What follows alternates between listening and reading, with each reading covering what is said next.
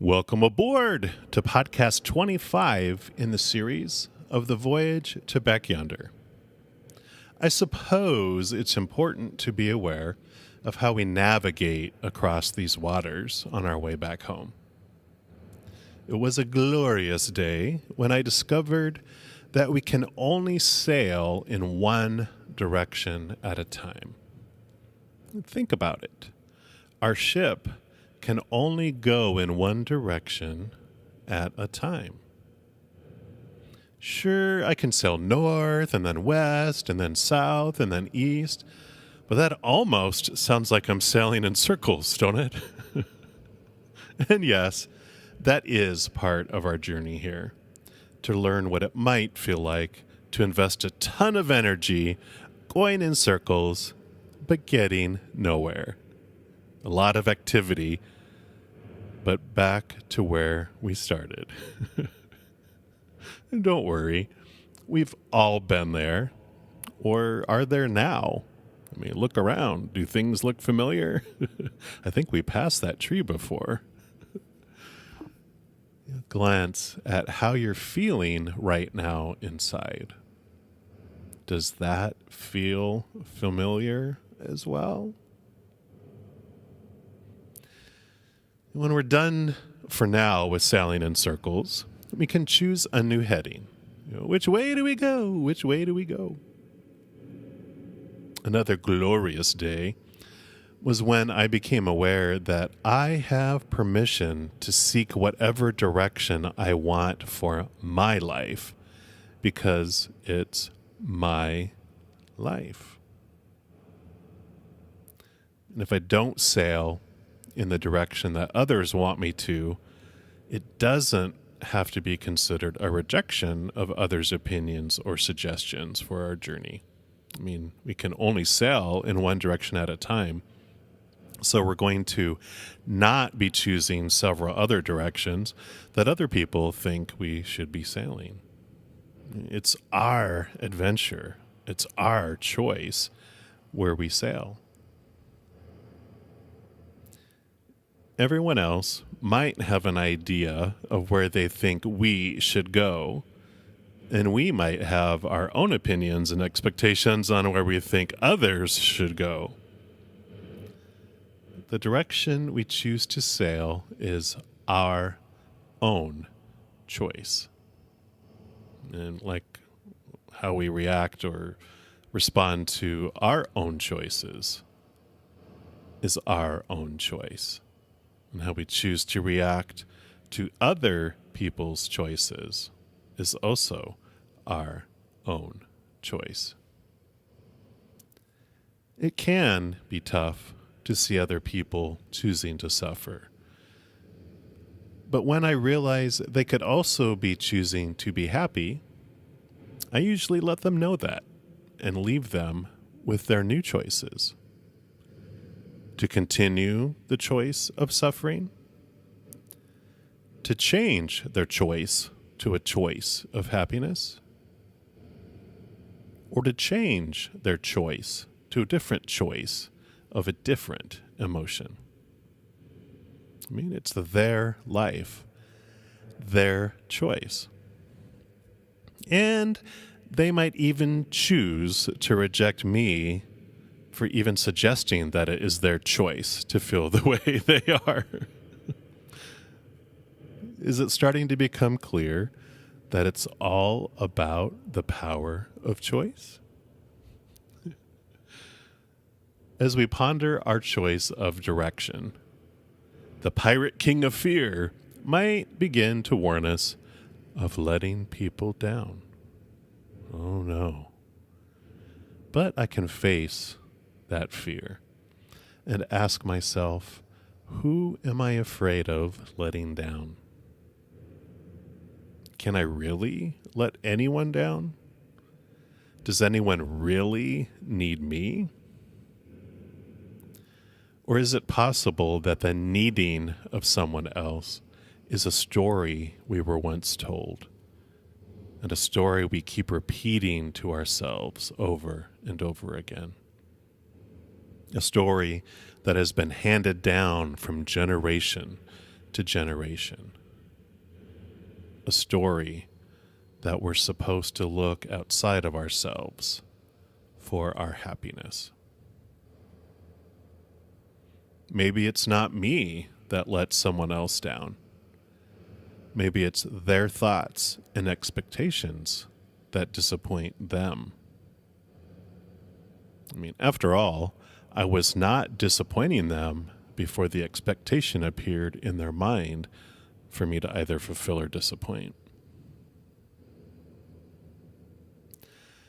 The first day, I brought someone a coffee and a donut. They weren't expecting it and thought it was such a nice thing to do and thanked me profusely.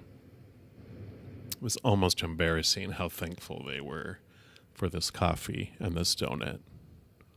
But because I enjoyed feeling so praised, the next day I had an extra donut, so I gave that to them.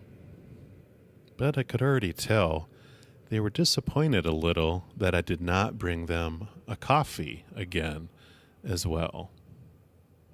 Maybe they thought they were less worthy today for some reason and only deserved a donut. Well, the next day, when I brought them nothing, they looked at me with a broken heart as I walked by with my own coffee and donut in my hands. They couldn't understand why I would flaunt my coffee and donut in front of them to make them feel so low about themselves. Maybe that was his plot all along, they silently accuse me, as they leave the office to get coffee and donuts for everyone, except me. But, the scene could have looked completely different, couldn't it? I mean, after day one, the recipient of my coffee and donut gift could have chosen to let gratitude flow out to others. The next day they could have opened a can of expectations from others by bringing in coffee and donuts for everyone before they chose to have their feelings hurt. Or they could have just been thankful and not expected anything at all. We can switch directions in a second by simply choosing to feel different about the situation. And I can decide to take a deep breath, close my eyes, and imagine how I could feel differently and act differently in this moment. Every second, we're sending out our energy. It can be directed toward unconditional love, or it can be directed toward fear. We control where our energy goes by what we focus on, by where we direct it. If I focus on all the hurt and pain and anger and horrible things going on in my world, I'm telling the universe, hey, send me more of what I'm focusing on. And the universe complies. If I focus on unconditional love, I'm telling the universe the same thing. Hey, send me more of what I'm focusing on. And the universe complies. And if we realize we're ordering things we don't want, we can just stop ordering that and order something else. Order up! All right, now lighten up. There's no wrong choice. Both light and dark have their part in our experience here. In order to see the contrast of our light even more clearly, we have the opportunity in this life to see our light next to darkness.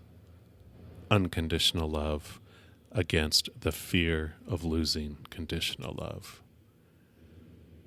We experience happiness next to sadness, anxiety next to relief, health next to illness, life next to death, joy next to depression. We also have the opportunity to experience rediscovering our power of choice. We've probably all heard of free will, and that's our ability to choose what we will experience in each moment. We're not victims of our life. Life happens for us, not to us. We can spend a lot of our lives waiting for things to be perfect so that we can choose happiness.